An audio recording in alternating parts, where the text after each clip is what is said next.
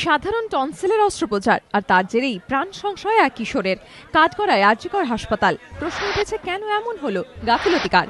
চলতি বছরের 9 জানুয়ারি টনসিলে ব্যথার জন্য আরজিকর মেডিকেল কলেজ ও হাসপাতালের ইএনটি বিভাগে ভর্তি করা হয় দমদমে বাসিন্দা 11 বছরের কিশোর রাজেশ্বর মুখোপাধ্যায়কে। 12 জানুয়ারি তার অস্ত্রোপচার হয়। 4 ঘন্টা ধরে চলে অস্ত্রোপচার। অভিযোগ, তারপর থেকে তার আর জ্ঞান ফেরেনি। পরিবারের সদস্যদের অভিযোগ, অস্ত্রোপচারের আগে কোনো রকম শারীরিক পরীক্ষা করা হয়নি রাজেশ্বরের। তখন আমরা তাড়াতাড়ি করে সবাই আসলাম, এসে দেখলাম আমার ছেলে ওটিতে 5 ঘন্টা ধরে ওটি চলছে। তখন থেকে আমি মুভমেন্ট করছি যে আমাদের কোনো সই ছাড়া আমার ছেলেকে ওটি করলো কেন? কোনো রক্ত পরীক্ষা নেই, কোনো পরীক্ষা নেই। আজকে আমার ছেলে কমায়, এখন বলছে আজ ছেলে ভালো হবে না তোমার। যদিও চিকিৎসায় গাফিলতির অভিযোগ অস্বীকার করেছে হাসপাতাল কর্তৃপক্ষের দাবি, অস্ত্রোপচার চলাকালীন রাজেশ্বরের এপিলেপসি হয়, যার কোনো কেস হিস্ট্রি ছিল না। তার ফলেই কোমায় চলে যায় সে। অপারেশন চলাকালীন জেনারেল অ্যানেস্থেসিয়া যখন পেশেন্ট অজ্ঞান ছিল, সেই সময় ওর একটা এপিলেপটিক অ্যাটাক হয়।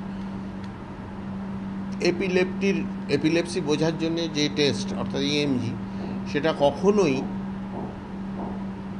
রুটিন টেস্টের মধ্যে পড়ে না। এটা একটা খুব আনফর্চুনেট ব্যাপার। এক্ষেত্রে চিকিৎসা বা ইনভেস্টিগেশনে কোনো গাফিলতির কোনো ব্যাপারই নেই।